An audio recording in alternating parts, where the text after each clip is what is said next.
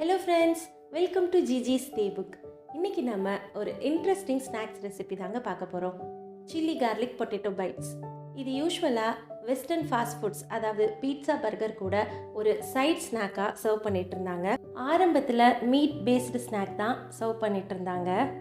அதோட சேம் கான்செப்டில் தான் வெஜிடேரியன் சாப்பிட்றவங்களுக்காக இன்ட்ரடியூஸ் செய்யப்பட்டது இந்த சில்லி கார்லிக் பொட்டேட்டோ பைட்ஸுங்க. மீட்டுக்கு ஆல்டர்னேட்டிவாக இங்கே பொட்டேட்டோஸ் யூஸ் பண்ணியிருக்காங்க. 10 to 15 மினிட்ஸ்லேயே இந்த ஸ்நாக்ஸை நம்ம ரெடி பண்ணிடலாம். இது ஒரு பர்ஃபெக்டான ஈவினிங் ஸ்நாக்ஸாக கண்டிப்பாக இருக்கும். குழந்தைங்களுக்கு கண்டிப்பாக ரொம்ப பிடிக்குங்க. ஏன்னா யூஸ்வலாகவே ரெஸ்டாரண்ட்டுன்னு போனால் குழந்தைங்க ஃபஸ்ட்டு கேட்குறது பொட்டேட்டோ ஃப்ரைஸ் தான்.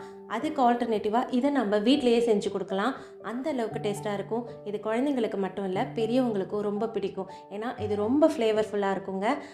ரெஸ்டாரண்ட்டில் வாங்கி சாப்பிட்டா எந்த அளவுக்கு டேஸ்ட் இருக்குமோ அந்த டேஸ்ட்டில் கொஞ்சம் கூட காம்ப்ரமைஸ் பண்ணாமல் குயிக்காக வீட்லேயே செய்யக்கூடிய இந்த சில்லி கார்லிக் பொட்டேட்டோ பைட்ஸோட செய்முறையை பார்க்கலாம் வாங்க. அதுக்கு முதல்ல வேக வச்ச உருளைக்கிழங்கு எடுத்துக்கலாம். இங்கே நான் மீடியம் சைஸில் இருக்கிற 5 உருளைக்கிழங்கு எடுத்துகிட்ருக்கேங்க. குறைஞ்சது 300 கிராம்ஸ் இருக்கும். வேக வச்ச உருளைக்கிழங்கில் இருக்கிற தோலை எல்லாம் நீக்கிட்டு ஒரு கிரேட்டரை வச்சு நல்லா துருவி எடுத்துக்கலாம். கொஞ்சம் கூட கட்டிகள் இல்லாமல் முழுசாக துருவி எடுத்துக்கணுங்க, அது ரொம்ப முக்கியம். இப்போது துருவின உருளைக்கிழங்க ஒரு அகலமான பவுலுக்கு மாற்றிடலாங்க. அடுத்ததாக ஸ்டவ்வில் ஒரு கடாய் வச்சுக்கலாம். அதில் 2 டீஸ்பூன் அளவுக்கு எண்ணெய் ஊற்றிக்கலாம். பெரிய சைஸில் இருக்கிற பூண்டு 4 பல் எடுத்து அதை நல்லா துருவிட்டு கடாயில் சேர்த்துக்கலாங்க. அதை 30 செகண்ட் நல்லா வதக்கிக்கலாம். கூடவே 1 டீஸ்பூன் அளவுக்கு சில்லி ஃப்ளேக்ஸை நம்ம சேர்த்துக்கலாங்க. சேர்த்த ஒரு 10 செகண்ட் வதக்கினா போதும்.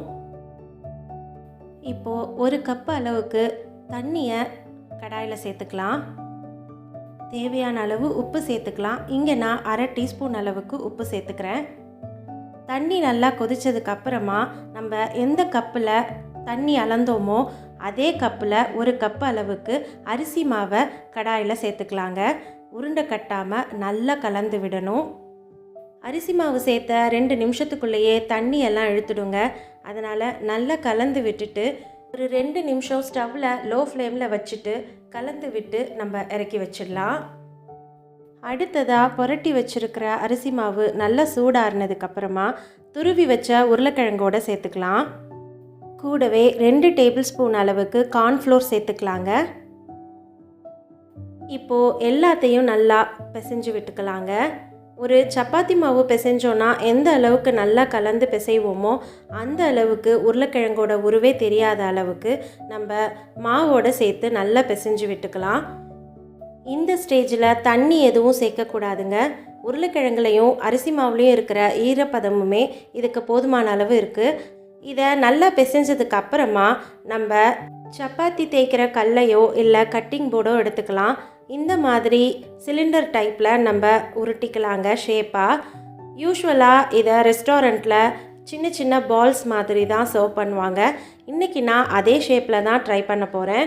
நீங்கள் விருப்பப்பட்டால் உங்களுக்கு பிடிச்ச மாதிரியான ஷேப்பில் இதை நீங்கள் செஞ்சுக்கலாம்.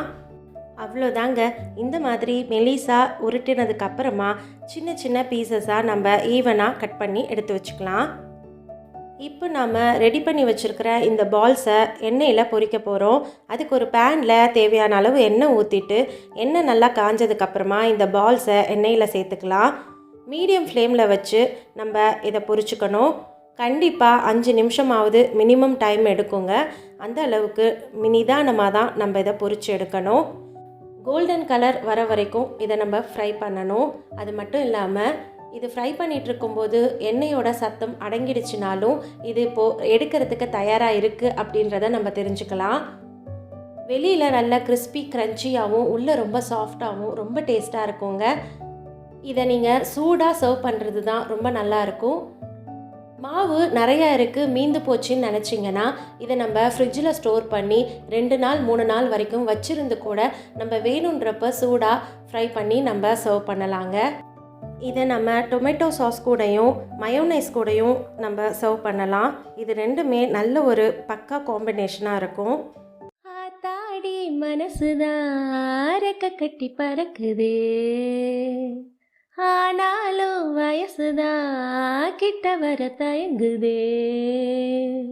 அக்கம் பக்கம் பார்த்து பார்த்து ஆசையாக வீசும் காத்து நெஞ்சுக்குள்ள ஏதோ பேசுதே.